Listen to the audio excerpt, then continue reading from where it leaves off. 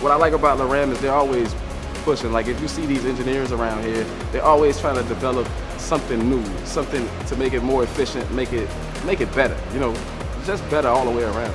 Because there's no easy task rail grinding. If you've ever seen a rail grinder, you'll know what I mean. There's so many moving parts. There's not really many other places that do what we do, and I'd say there's no other places that do it exactly how we do it, or to the level that we do it. My previous jobs, I really never took serious. Like, there was no interest there. But once I came here and saw like how they operate, how they go about building the machines, how the company care about the customer or the employees, I got hooked on it. Individuals like the work they do, they like the environment, and they like that feeling that they can grow with the company.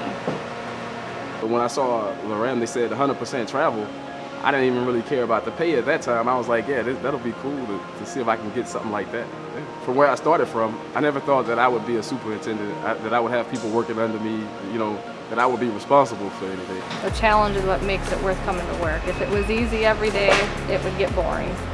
There's always something new to learn, so, you know, there's always that challenge right there to stay grounded and stay focused on the task at hand. You know, we've had journeyman electrician come in that really know how to wire, they know how to do it, but Loram just does it a different way, and they're dealing with different things that they've never dealt with before. I've been here for 6 years and I'm still learning. I'm still asking questions.